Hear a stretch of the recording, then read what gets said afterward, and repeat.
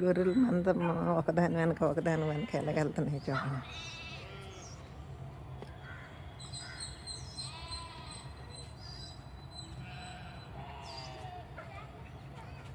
కానీ ఇక్కడ చిన్న పిల్లని కన్నది వాళ్ళమ్మ ఇక్కడి నుంచి గదిలో వెళ్ళలేకపోతుంది. అవన్నీ వెళ్ళినా పిల్లల్ని వదిలేసి వెళ్ళట్లేదు. అమ్మ ప్రేమ చూడండి.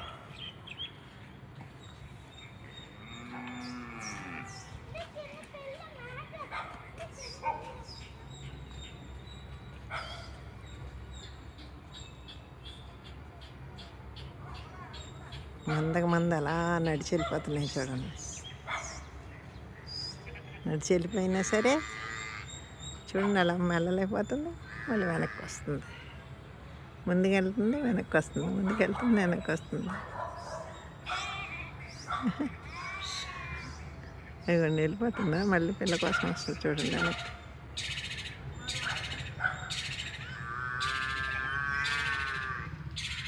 అదిగోండి అబ్బాయి పిల్లని సంకన వేసుకుని వెళ్ళిపోతే అప్పుడు దాని వెనకాల వెళ్ళిపోతుంది. అతని వెనకాల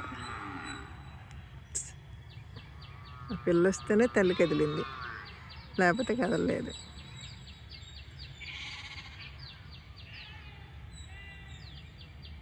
ఈ శ్రీకాకుళం జిల్లాకి గొర్రెలు ఎక్కువ పెంచుతారండి.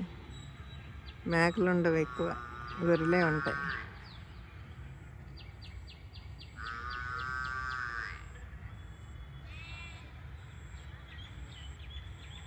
కానీ ఇక్కడ చాలా బాగుంటాయండి గొర్రెలు, చక్కగా మేపుతారు.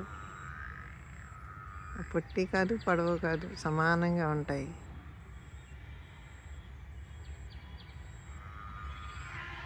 పిల్ల పాలు తాగుతుంది ఇక్కడే.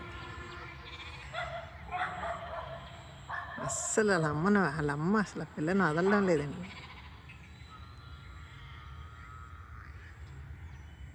ఈ మందలోనే ఈయన ఉంటుందండి ఆ పిల్లని. అది అడుగులు కూడా వేయలేని పరిస్థితిలో ఉంది. అలా మెల్లిగా వాళ్ళ అమ్మ అలా తీసుకుని వెళ్ళిపోతుంది.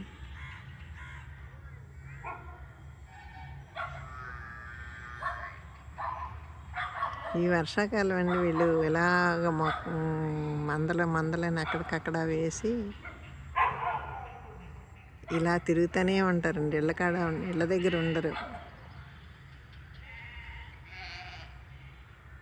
కానీ వాళ్ళ కష్టం బట్టి చాలా కష్టం అండి. అంత ఆస్తి వాళ్ళకి కష్టం కూడా అలాగే ఉంటుంది. ఇంకో విషయం ఏంటంటే వీళ్ళు రాత్రిపూట వంటలు చేసుకుంటారండి. అంత వర్షం